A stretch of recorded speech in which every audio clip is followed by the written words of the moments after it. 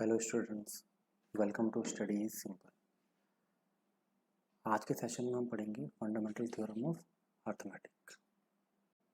Fundamental theorem of arithmetic का statement क्या कहता है कि every composite numbers can be expressed और factorized as a product of primes and it's factorization is unique apart from the order in which the prime factor occurs।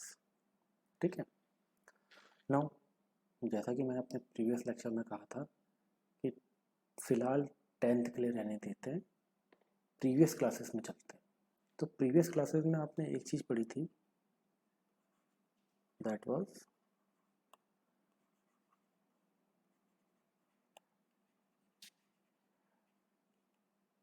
Prime factorisation, या फिर कहें किसी भी नंबर का प्राइम फैक्टर्स निकालना। ठीक है। अब फॉर एग्जांपल छोटे नंबर से लेते हैं, इसको अगर हम प्राइम फैक्टर में निकालें, या सिंपल पहले लिखें यार 4 3 12। अब 4 को हम लिख सकते हैं 2 मल्टीप्लाइड बाई 2 मल्टीप्लाइड बाई 3। यही इसका प्राइम फैक्टराइजेशन हो गया। ठीक है। नो, लास्ट क्लास में आपने पढ़ा था एक्सपोनेंशियल्स एंड पावर्स। क्या चीज़ थी? अगर यहाँ पे 2 दो बार इन मल्टीप्लिकेशन आया है तो वी कैन राइट इट 2 की पावर 2 मल्टीप्लाइड बाय 3 एक ही बार आया, यही था। ठीक है। तो 12 कैन बी रिटन एज, ये जो 12 है इसको हम लिख सकते हैं 2 to the power 2 multiplied by 3 to the power 1। This is a prime factor या prime factorization of the number 12। Okay, ये ऑलरेडी आप प्रीवियस क्लासेस में कर चुके हैं। बस यार यही चीज़ इन स्टेटमेंट आपका फंडामेंटल थ्योरम ऑफ अर्थमेटिक है कि every composite number, here we took the composite number 12, can be expressed और फैक्टराइज्ड, कैन बी एक्सप्रेस्ड और factorized as a product of primes. हमने प्राइम के प्रोडक्ट निकाले, पहला दूसरा तीसरा, and its factorization is unique. ठीक है। अब सपोज करो 12 के बाद मैं निकालता हूँ, चलो 16 निकालता हूँ, that is there 4 multiplied by 4, 2 multiplied by 2 multiplied by 2 multiplied by 2, तो 2 की पावर 1 2 3 एंड 4। ठीक है। तो 16 can be expressed as 2 to the power 4। तो वो चीज़, वही चीज़ ये कह रहा है कि and this factorization is unique apart from the order in which prime factors आकर। अब हम कैसे भी हम पहले 3 मल्टीप्लाइड बाई 4 लिखते हैं 12 को। ठीक है, चलिए पहले मैं 3 बाई 4 लिख देता हूँ, तो 3 तो 3 रहेगा, 4 को मैं लिख सकता हूँ 2 बाई 2, तो ये हो गया 3 to the power 1 multiplied by 2 to the power 2। ठीक है। तो a multiplied by b is equal to b multiplied by a, ये आप कर चुके हो पहले। ठीक, तो इसमें कोई भी अंतर नहीं है। 2 to the power 2 multiplied by 3 to the power 1 can also be written as 3 to the power 1 multiplied by 2 to the power 2. That is, apart from the order in which the prime factors occur. कैसे भी अकर करे, पहले आप 3 लिखो, पहले 2 लिखो, लेकिन जो उसका फैक्टराइजेशन होगा प्राइम नंबर्स के ऊपर, ठीक है, that will be unique. Means 12 will be written as 2 की पावर 2 multiplied by 3 की power 1 and 16 will be written as 2 की पावर 4। अब मैं अगर कहूँ कि यार 2 की पावर 4 तो 12 होता है, okay, no, this is wrong. क्यों? क्योंकि दिस फैक्टराइजेशन इज यूनिक। कैसे यूनिक हो गई? जो हमने एक्सपोनेंशियल्स एंड पावर्स में पढ़ा था, 2 की power 4 can be written as 2 multiplied by 2 multiplied by 2 multiplied by 2, 2 2 जा 4 मल्टीप्लाइड बाई 2 मल्टीप्लाइड बाई 2, 4 2 जा 8 मल्टीप्लाइड बाय 2, 8 2 जा 16। ठीक है, तो 2 to the power 4 can never be equal to 12, it is always equal to 16, it can never be equal to any other number. Okay, similarly 2 की power 2 multiplied by 3 की power 1 will always give you the number 12, या 3 की power 1 multiplied by 2 की power 2 will always give you the number 12। पहले आप कुछ भी लिखिए, डजंट मैटर। ठीक, ये चीज आप प्रीवियस क्लास में पढ़ चुके हैं। क्लास 10th में इसी को एक स्टेटमेंट के रूप में दिया गया है, and that is your fundamental theorem of arithmetic. देखिए, हम लोगों ने जो यूक्लिड्स में पढ़ा था वो हमने डिवीजन के ऊपर पढ़ा, कैसे हम डिवीजन कर सकते हैं। ठीक है, यहाँ पे जो हम फंडामेंटल थ्योरम ऑफ अर्थमेटिक में पढ़ रहे हैं, ये हम प्योरली मल्टीप्लिकेशन पढ़ रहे हैं। ठीक, अब आप लोगों ने एलसीएम एंड एचसीएफ भी निकाला है। ठीक, using the prime factors, powers, एक्सपोनेंशियल्स। ठीक है, द सेम थिंग जो आप कर चुके हो वही यहाँ पे एक्सप्लेन की गई है under the topic fundamental theorem of arithmetic. तो this is the explanation of fundamental theorem of arithmetic. I hope आपको ये समझ में आया होगा। Now let's have some application of fundamental theorem of arithmetic. यहाँ पे ये कह रहा है कि 4 to the power n, where n is a natural number, check whether there is any value of n for which 4 to the power n ends with a digit 0। ठीक है, तो क्वेश्चन क्या कह रहा है? देखिए, हमेशा एक चीज़ ध्यान रखिएगा, क्योंकि क्लास 10th आपका बोर्ड है। कई बार क्या होता है ना कि हम लोग घबरा जाते हैं।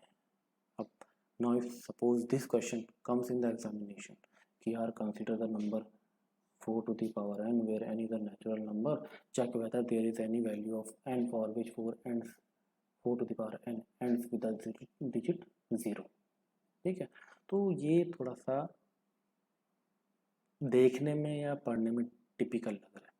Don't worry, as I always say, believe in yourself and let the magic happen. इसीलिए तो कहते हैं यार, स्टडी इज सिंपल। अब देखिए, 4 to the power n आप कैसे लिख सकते हो? 4 को लिख सकते हैं 2 मल्टीप्लाइड बाई 2, और मैं इसको टू दी पावर n भी कर देता हूँ। Is it okay? थोड़ा चेक करिएगा। ठीक है, चलिए 4 की पावर को मैं 1 ले लेता हूँ, तो 2 multiplied by 2 to the power 1 4 होगा। 4 n की जगह मैं 2 पुट करता हूँ, तो ये क्या हो जाएगा? 2 मल्टीप्लाइड बाई 2, 4 की पावर 2, 4 4 जा 16। अब इसको खोलते हैं, अंदर तो 4 ही आएगा ना। अब अगर इसको हम खोलते हैं तो ये 2 इंटू 2 की पावर 2, 2 2 जा 4, 2 2 जा 4, अगेन 16। ठीक है, अब फंडामेंटल थ्योरम ऑफ अर्थमेटिक ने क्या बोला कि एवरी फैक्टर या every factorization of prime numbers is unique for a given number.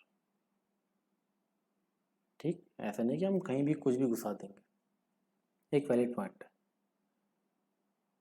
ठीक, अब मैं जरा इसको एक चीज और करके देखूं।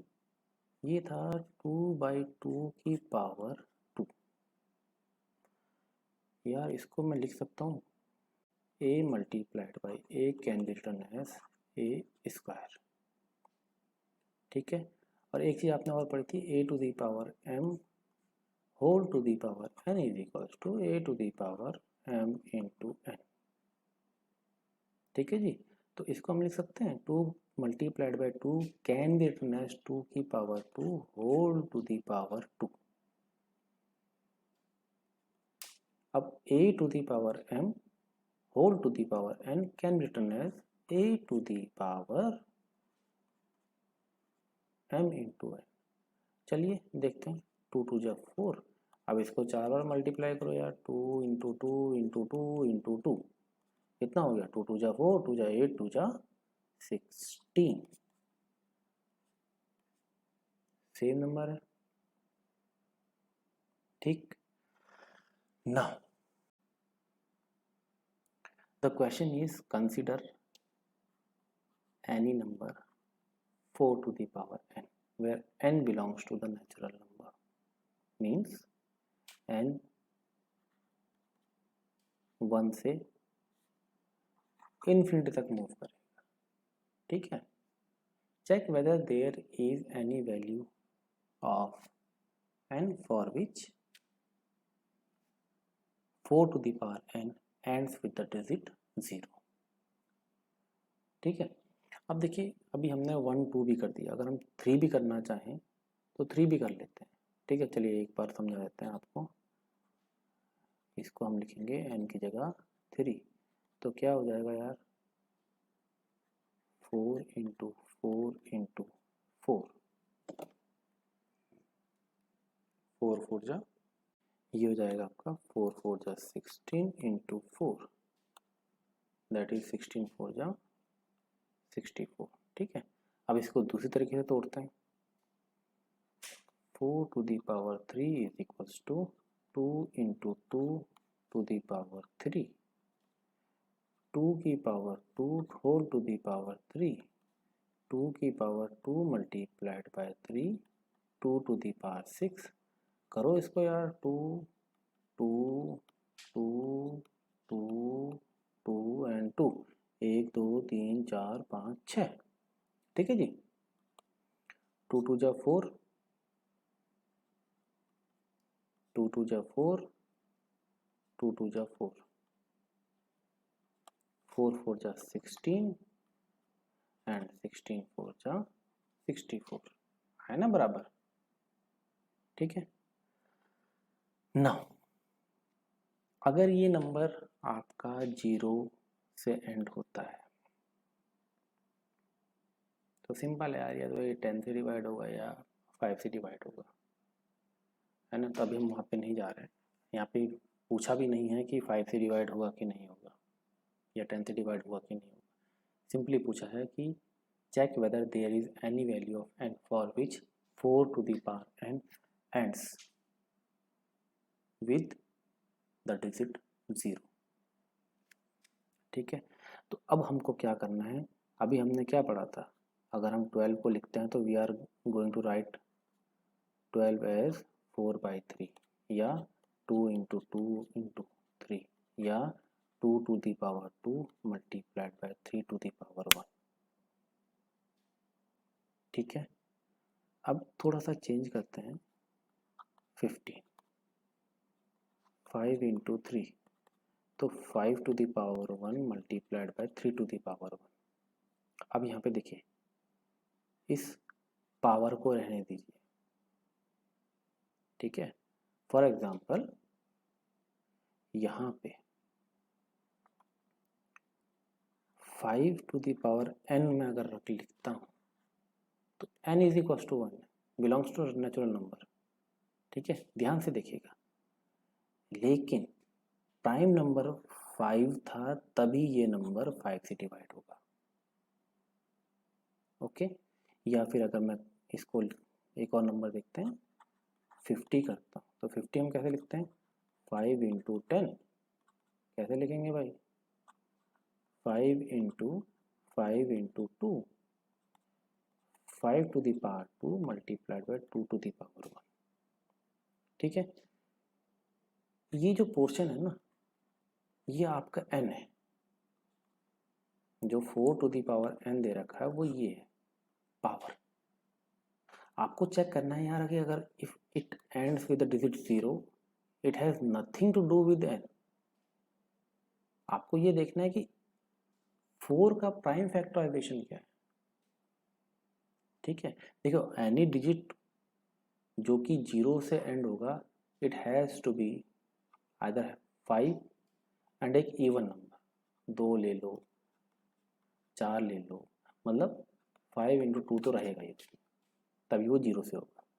15 was not ending with 0 but it was divisible by 5। Got my point. ठीक है, तो हमको पावर नहीं देखनी, हमको देखना है जो बेस वैल्यू है whether it contains its prime number as a 5 और नॉट। ठीक, तो सबसे पहली चीज तो 4 इज लेस देन 5, तो ये हो नहीं सकता। सेकंड थिंग,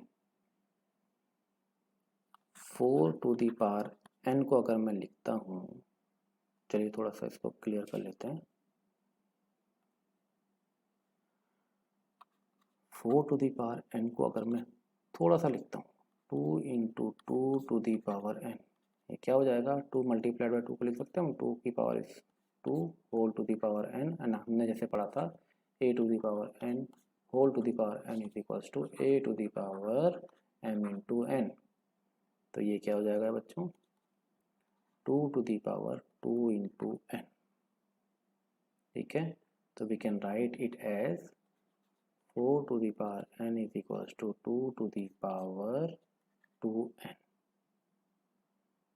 ठीक, तो what our answer becomes,